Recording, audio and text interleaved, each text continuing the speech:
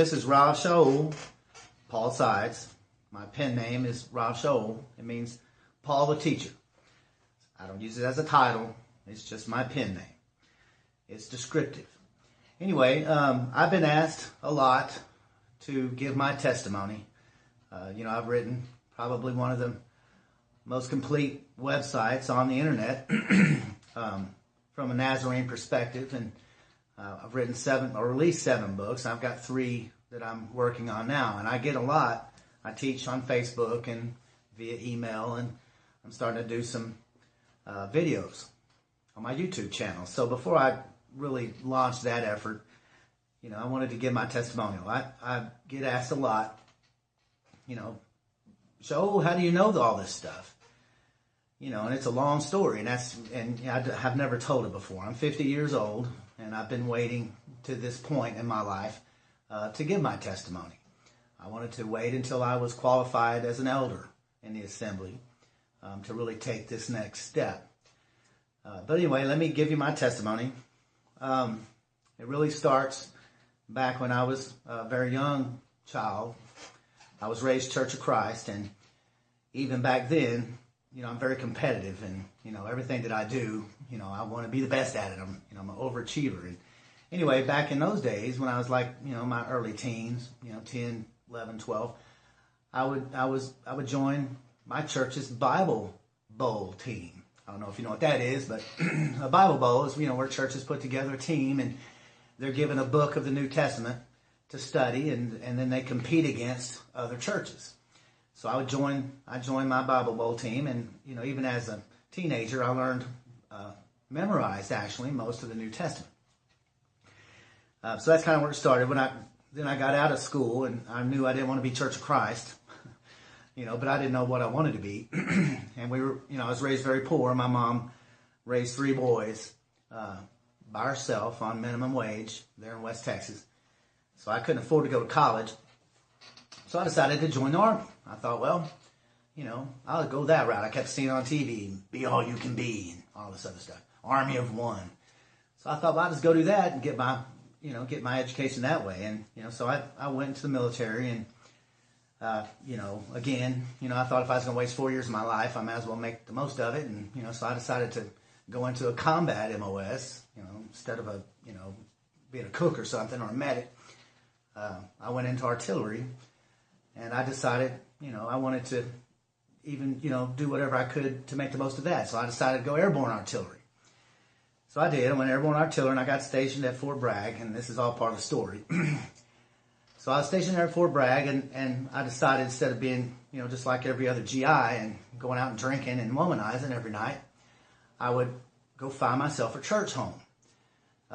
So I started shopping around, and I found a church that I really liked. It was a non-denominational church, and and I started going there, and I pledged membership, and I became a leader there in a college and career group. And so I asked the elders there if I could. This church had a Christian seminary and had a Christian dorm where these budding ministers would live, about my age.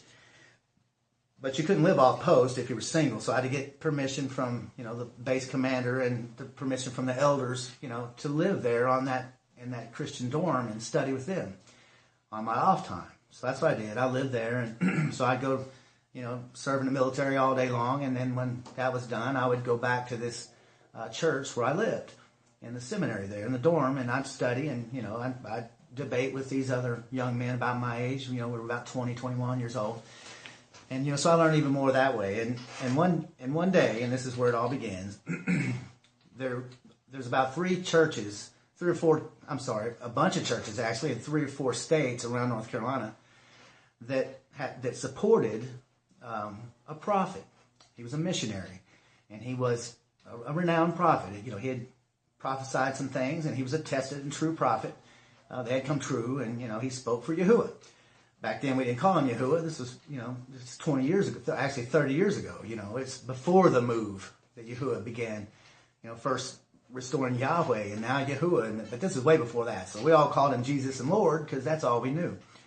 So anyway, they brought this man back every year or every couple of years. All these churches, in this 3-state region would bring him back in, and he would give a big production of, and tell the the assembly, the family, what was going on around the world. I mean, what he experienced and the move, that he saw, and he would give a report.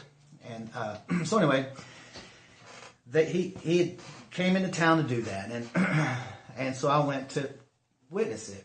Of course, I was 21 years old, and I really wasn't interested in what he had to say, because in through the front door walked the head cheerleader of the local high school, beautiful young 18-year-old girl, and I was 21, and so I started flirting with her. Wasn't even paying attention. And there's probably about I don't know. It seemed like, looking back on it, as you see what's about to happen, how nervous I was at the time. But anyway, there was at least 1,000 people. In my mind, I'm thinking 5,000, but I really don't remember. It was a lot of people. The place was packed from churches from 3-state region had all come to hear this. So he was giving his presentation, and I was flirting with this girl, wasn't paying attention, and right in the middle of his presentation, he stopped, and he announced to everyone that Yahuwah had a word that he wanted to speak over somebody. Well, I wasn't paying attention, and so he stopped his presentation, and he said, "You there in a blue and white striped shirt," and I didn't hear him because I wasn't paying attention, and so he said it again and again, and finally the people around me, started nudging me, saying, "Hey, he's talking to you." And so I looked up there, and sure enough, he was pointing right at me. So they urged me to go up there, and, I was scared to death. I didn't want to go up there. I didn't even know if I believed in all that prophecy stuff or prophets or anything like that. I was raised Church of Christ. To me, the Old Testament had been done away with. Yahuwah didn't move like that anymore, But kind of find out, he doesn't change, and neither does his methods. So I went up there, and he got a chair up there and put me in it. So I was in the hot seat.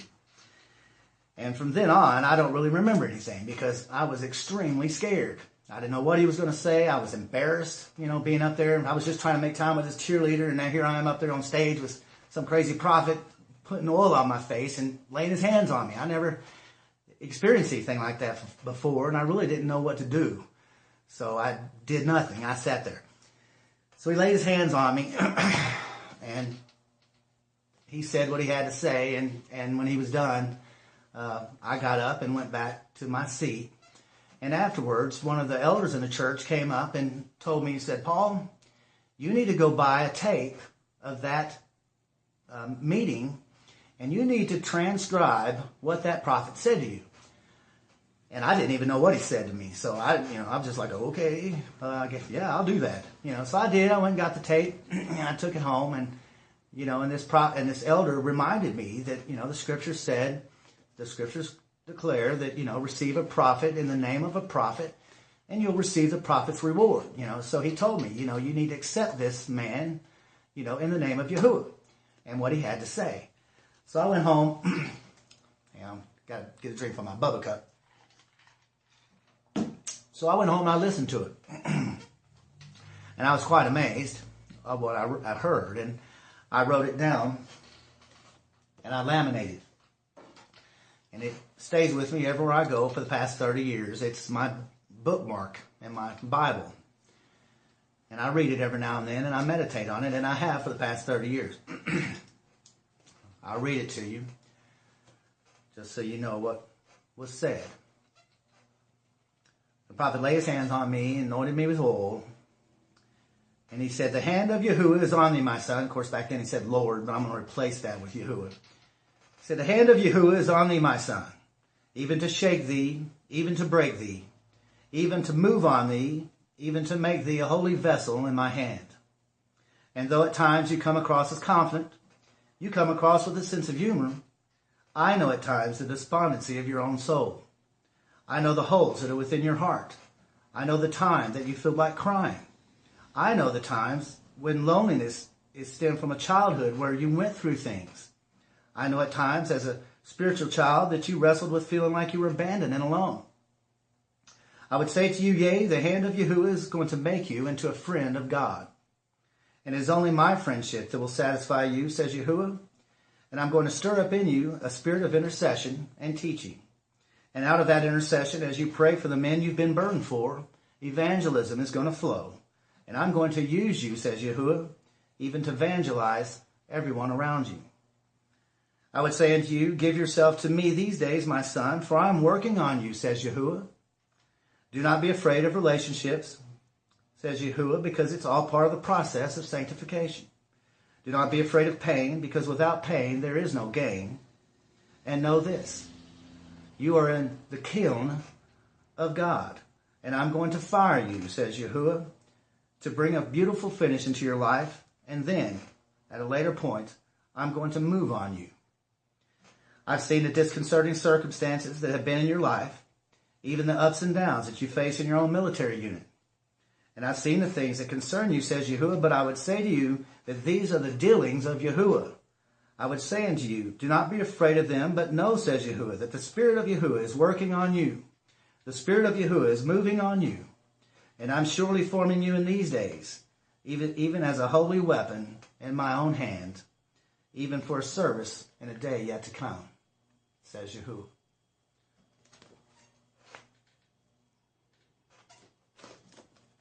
What do you say to that? I didn't know what to say to that. So I wrote it down and I laminated it later. 2 days later, I was released from my final formation of the day there in the 82nd Airborne Division, and I was going back to the barrack or to the dorm there at the church, where I lived. And I was cresting a hill going about 40 miles an hour. And over the other side of the hill came a Camaro going about 40 miles an hour. Was the speed limit, so we were both going about 40. And he swerved into my lane. Well, the problem is I was on a motorcycle.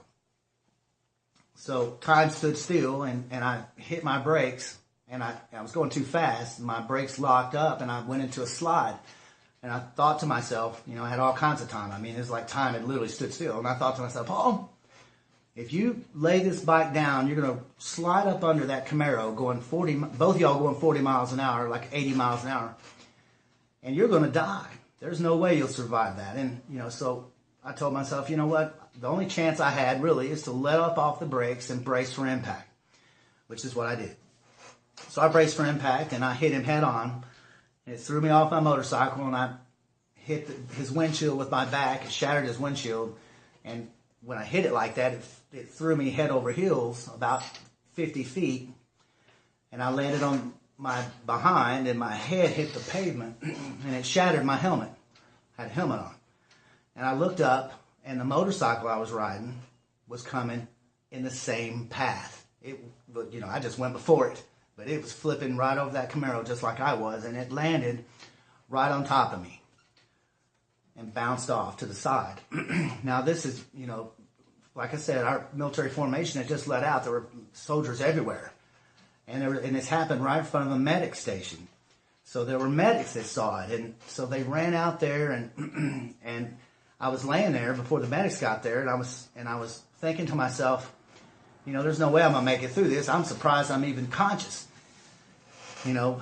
So I whispered a little prayer to my Father. I said, Father, if you get me out of this, I said, you remember me, the one you had that prophet come lay hands on a couple of days ago. I said, it's me. I said, if you get me out of this, I will serve you with the rest of my life.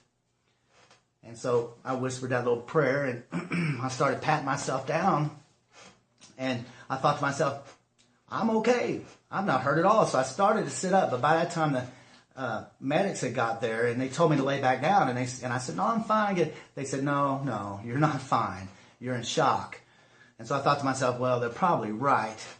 That makes sense to me. So I laid there. I didn't move. So the ambulance came, and the hospital prepared for this, terribly injured motorcycle victim. And they put me in the ambulance. And by the time I got to the hospital, I'd already talked the paramedics into believing I was fine, and I was fine. They looked me over. I didn't even have a scratch, not even a bruise. I mean, literally not a scratch.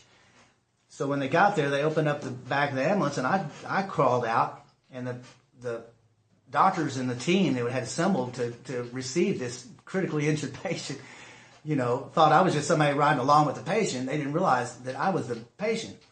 I was the victim. And so they looked at the paramedics and I'm like, well, where's the victim? And the paramedics were, in awe. They said, he just walked right past you. So they checked me over and released me. I was fine. I actually made it back to the scene of the accident before they cleaned it up. My motorcycle, my mangled motorcycle, totaled my motorcycle, was still on the ground. And there were people around there still talking about it. And I walked up there and I stood among the people that were just talking about what they'd just seen. And I asked them what happened. And they told me they just, saw this guy get killed on a motorcycle. Well, I didn't get killed on that motorcycle. What I did do, though, is I made a promise. 2 weeks later, I came down on leave, on orders, not leave. I came down on orders to go to Korea. It was 1988. It was the Seoul Olympics. And I was being sent there as a peacekeeping force, because North and South Korea don't exactly like each other. And, the Olympics being there was a big threat that there might be some kind of terrorism or something. So, and this was kind of before terrorism. So anyway, I got sent there, and it's a restricted tour, so I was sent. I actually got put on the DMZ. I didn't get to go to Seoul and guard the Olympics. I got to go, because remember, I'm combat. I had to go sit on the DMZ. The DMZ is a demilitarized zone that separates North and South Korea. It's technically a war zone, most volatile place on Earth. So here I am, just having had this prophet lay hands on me and say these things to me that I didn't understand. Now I don't even have a church home. I've been banished to the DMZ on the other side of the world for a year. So what do? I didn't know what to do. So what I did do was every day after final formation there in Korea, I would climb. Korea's full of mountains, very mountainous region. And on top of one of these mountains was an old abandoned chapel.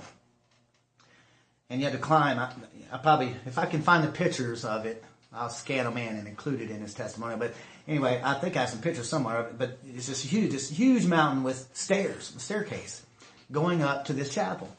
So every day I would take I had a jam box and I, had a Bible, and I had some praise and worship music from Maranatha singers. And I would take my jam box and my Bible, and I would go up to this abandoned chapel, and I literally would spend, the next 3 or 4 hours that evening, every single night for a year, up at that chapel, praising and worshiping Yahuwah and studying His Word. Because that's all I knew to do. I'd already memorized most of the New Testament when I was a kid, but now, I was opening myself up to, the rest of the scriptures. I was reading Psalms and Proverbs and the prophets. I was trying to read everything. I didn't know what was going to happen, and I didn't know what this was. And I never set out to be in the ministry, and I still didn't. I didn't want to go in the ministry. I didn't ask for this. That was my thinking, but I didn't have anything else to do there for a year, so I did do that. I climbed that mountain at that chapel, and I worshiped Yahuwah, and I studied and studied and studied. So a year later, I get out, and a couple years later, I get out of the military, and I continue on with my life. I go get my degree in computer science and math, which is the whole reason I was even in the military to begin with, was to get the Army College Fund. So, I got it, and I went back, and I, went to school, University of North Texas, and got my degree there, and, went out to conquer the world. I was going to be a captain of industry. I wasn't going to be a minister. That was never, or a teacher or anything. I was going to be me. And that's what I set out to do. And so I did finish college and went to work for IBM and all that stuff. And, that didn't last long before I started my own business. And I've been self-employed ever since. Now, during that time, though, I did start going, when I got back, to Dallas out of the Army. It's about 1993 when I graduated. So it's about 1991 or something. I joined some churches. I joined one of the biggest churches here, the North Church. It's a big 5,000 member mega church. And I became a leader there. I was the youngest ever anointed there, into leadership. And I fell foul of the pastor and assistant pastor, because when I taught, they didn't like it. It didn't agree, because I was teaching the law. And I had home groups and all that stuff, and the newsletter that I put out, and I was teaching this stuff. And so they, called me into their office and said, listen, Paul, you need to teach what we teach. You know, and I said, well, you don't teach the truth. I said, what I'm teaching is true. I can prove it.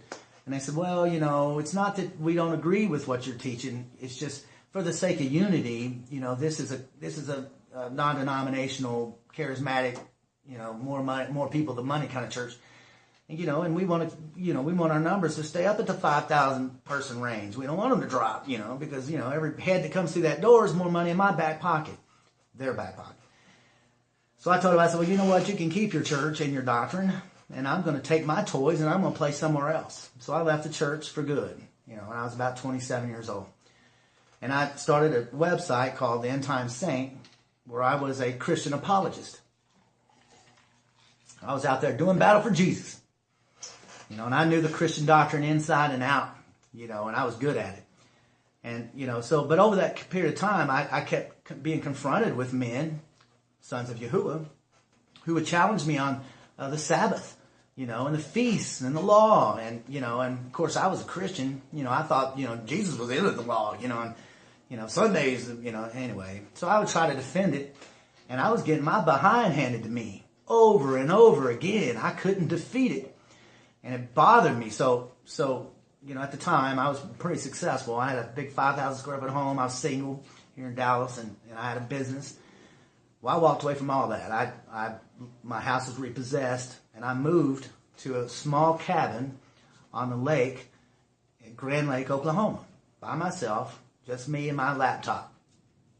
I decided to separate myself from all Christian influence, from all my friends, family, everything, and just go isolate myself because there was something I didn't know. There was something that I didn't understand. I kept getting defeated when it came to the Sabbath and the feast and law, and I was just so sure that those things had been done away with, but yet I couldn't prove it, and I kept losing these wars, So I moved out there, and I lived in this little bitty cabin for 3 years. It took me that long to figure it out. I knew that there was something missing. I knew I had something I didn't get. So I moved out there and I started studying, just me and my laptop hooked up to the internet. I started studying, and I actually found a website that began to really speak to me about the truths of these things. And so I contacted the brother that runs it, who is probably one of the most anointed men I've ever met. And I submitted myself to him and to be mentored into the faith. And he taught me the reality of physical to spiritual parallels and metaphors and the mystery language and, the Sabbaths and the feasts. And, of course, back then it was Yahweh and Yahshua. And, I learned all these new things. And, so I shut down the End Time Saint and I started the SabbathCovenant.com. And it was really just a place where I could document what I was learning, and for myself. I wanted to just get it out there, and some place where I could organize it and I could have it. Well, over a period of time, people started contacting me.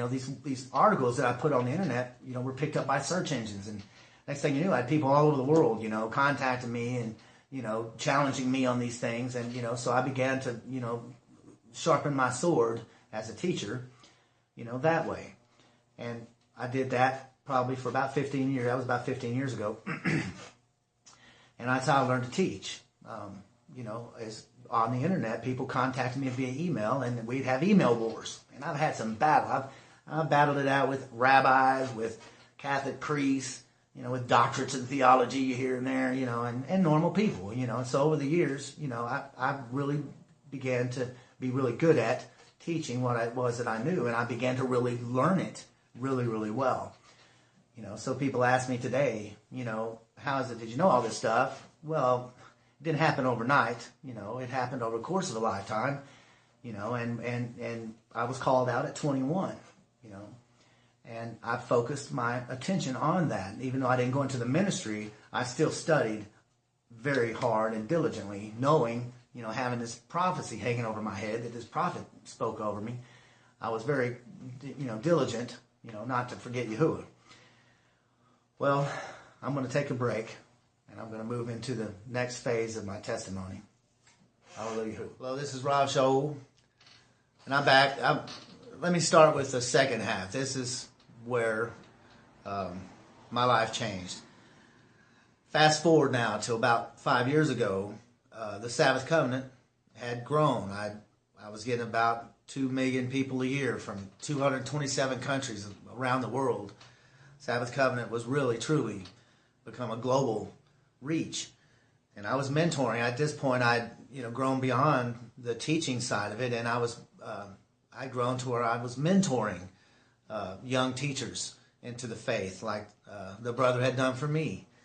So I was doing that for others, and they were coming out of the church, and at this point now, and the word Yahuwah had started to move pretty massively, and there was a lot of people coming to the realization that there was something missing in Christianity, and so I didn't have to battle all the time anymore. It was more, I went through a first stage, initial stage, where it was always wars. I was battling with Christians and ministers and pastors. It was a war. Now, and then for a while there, probably for about 10 years, it was just a teaching effort, as I taught people around the world that would come to my website. I'd teach them both through what I'd written, and then they would contact me and ask me questions and stuff. And, so I taught that way for about 10 years. And then about 5 years ago, it, had gotten to where I was mentoring mainly, teaching others, to become teachers and, and how to teach and, how to deal with the trials and the tests that come along with that calling. Because I'd been through a lot. I'm not talking about all that in this testimonial, but just believe me when I say I have been around the block a couple of times. I've just about been in every country and seen every culture, and Yahuwah's really, shown me a lot of things, and, from a lot of different angles and perspectives, which helps me as a teacher. So 5 years ago or so, I'd gotten really disenchanted with the whole thing, and, I felt like there was more. I thought, Father, what'd you do? Come and, have this prophet lay hands on me for this? Is this it? There was so much that I knew, and, I was just about to explode with knowledge and information, and, everything started to come together, and I didn't have an outlet for it. It just wasn't really satisfying me, just doing it the way I was doing it through my website. So I got upset, and I told Yahuwah I didn't want it. I told him, I never asked for it to begin with, and that the burden had become too much for me to bear. Him showing me all this stuff, and just me knowing it, wasn't. It was a very heavy burden, and I didn't want to bear it anymore. I had no outlet for it. That it didn't seem like I was going anywhere. And so I walked away. I said, that's it. I don't want it. I'm gonna do something else, anything else. And I was single, so I started doing single things and going out, and I got to be pretty popular here in Dallas, and I was going out every night and drinking. Started drinking, never drank, none of that stuff, and I was probably about 30, in mid-30s, started drinking. So anyway, I would drink because it would, I couldn't get drunk though. That was the problem. I don't know why. Most people, have a couple of drinks and they get drunk. Me, I'm just sober-minded no matter what, no matter how much I drink. But I kept trying to drink, because it did make me feel a little better. And I didn't have to have these conversations in my head all the time. Ask my wife. I walk around constantly talking to myself, waving my arms around, having these conversations with myself, hammering this stuff out in my head, and at least I could relieve that a little bit. But anyway, I began to get sick, and I started to vomit every day, multiple times a day. But I didn't quit drinking. I was stubborn. I was like, no, I don't want it. I just kept running from it. And I got sicker and sicker. And then one day, about 5 years ago, I got really sick. I woke up, buckled over in pain. And Stephanie, we were engaged then. She's my wife now, but she didn't know what to do. And I told her, I said, I need to go to the emergency room because this, I'm feeling a lot of pain. I could barely even talk. And it was one of the worst ice storms in Dallas. She couldn't drive. So I had piled my son, my future son that I adopted, her son, now my son. I put her and Dane in the car and in my truck, and I tried to make my way to the emergency room. But it was ice so bad that, I couldn't, all the overpasses were closed. All the trucks were sliding back down, and, so I had to take all the back roads. So here I am, writhing in pain, not really knowing what's wrong with me, trying to make it to the emergency room. Well, I made it to the emergency room. How? I have no idea. But when I got there, I was in so much pain that they couldn't ease the pain. They, started shooting me up with morphine, all kinds of stuff, and it didn't work. Nothing worked. It turns out I had pancreatitis, and my pancreas had ruptured and filled my body cavity with bile. Bile is poison. I don't know if you know what that is, but your pancreas releases it into your stomach, and it eats up your food. But your stomach's lined. Your internal body cavity is not. So my pancreas had ruptured and released bile into my internal body cavities, and the doctors at the emergency room put me in an ambulance to send me to Baylor Medical Center that was equipped to deal with a dying patient because I was dying. By the time I got there, they pronounced me DOA. I was dead. The bile had entered my internal body cavity and caused all my internal organs to shut down. It was eating away at them. And so by the time I got there, they pronounced me DOA, and they put me on a bunch of machines and just to keep my body alive, and put me into a medically induced coma. I guess, to, tell my family to make funeral arrangements. So they told my family that, they had put me into a medically induced coma, that this was terminal, that maybe at best I had a 5% chance. They said, but they don't know of anybody that's ever lived through this. But they'll put me on in this medically induced coma anyway, and see what happens. But they needed to make funeral arrangements. So, but I was in this medically induced coma, and I was in it for about 2 weeks. Still hadn't died, and I developed hospital-grade pneumonia, which is terminal in most cases, especially in my case, which I was already supposed to be dead. Now I have hospital-grade pneumonia, and so they got my family together, and they said, listen, he's dead. You need to make funeral arrangements. So my family contacted all my extended family, in Texas, and everybody flew down here, to pay their last respects to me, and I was in this coma. And couldn't find out, everybody paid their last respects. Obviously, I'm still here. Everybody paid their last respects, and and left, and I was still in this medically induced coma. Looked like a blimp. I blew up to, it was ridiculous. Anyway, I was all hooked up to all the machines, stuff down my throat, and I was blown up from fluids they were giving me, but eventually, after about 30 days in a coma, they decided, well, he looks like he's doing better. We're going to see if we can bring him out of this coma. So they brought me out of this medically induced coma and started running tests and all that on me, and turns out I was 100% healed. All my body organs were showing no effects. My pancreas even started working again, and they didn't know what to say. They never seen anything like it. So 3 days after I came out of this medically induced coma for 30 days, where I'd been pronounced dead twice, they had no choice but to schedule me for release. Not to mention I was bugging on to death because I wanted to leave. But they told me, they said, well, at least, they're going to have some long-term effects from this. There's no way, you're just going to walk away from this unscathed. You're at least going to have to see a physical therapist because you've been laying in a coma for 30 days, to help you learn to walk again and talk again and all that kind of stuff. Well, the physical therapist came and spent about as long as it takes to sign her name on the piece of paper, because I was fine. Didn't have any problem walking, talking, anything. I was fine. And so the last part of this story, before I was released, I had to be visited by the financial officer of Baylor Medical Center because I had spent 30 days in the coronary intensive care unit in a coma. And my bill was over $1 million. And I didn't have insurance. I'm self-employed. I didn't need insurance. Couldn't afford it anyway. I could afford it, but I didn't think I needed it. Anyway, so she comes into my hospital room, with all this paperwork, and she showed me the bill, over $1 million. I don't know, so many zeros there. I can't tell you exactly how much it was, but it was well over $1 million somewhere. And I looked at it and I said, well, thank you. I didn't know, I couldn't pay it. Well, she looked at me and she said, Paul, she goes, the board of Baylor Medical Center has met about your case.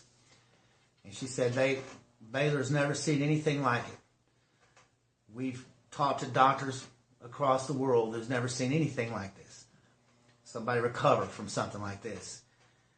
And she said, so the board has discussed it, and she said, we have a program that Baylor does where we assist, in hardship cases or whatever. And she said, the board has decided to cover your entire bill. $1 million. So I walked out of that hospital room with my life, who had covered the bill, $1 million bill, and with one very sure word from him. And that word was, son, you know what I've put you here to do.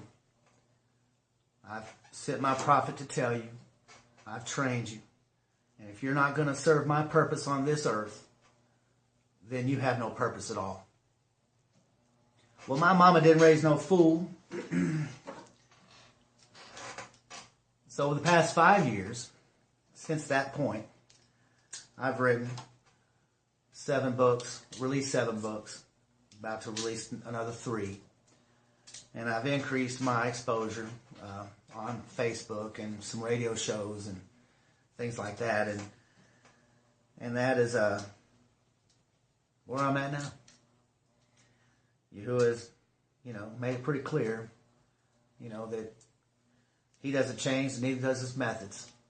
If he's called me out by the laying on of hands of a prophet and told me what it is that I'm here to do, be a weapon in his hands.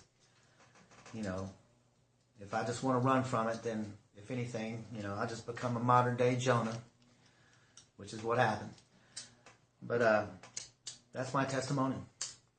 Now I'm still self-employed. Have a wife and my son. And the only relief I get now from that burden that I've been carrying for all these years is to write books and teach and get it out from inside me, because it almost killed me not doing it. So that's what I do.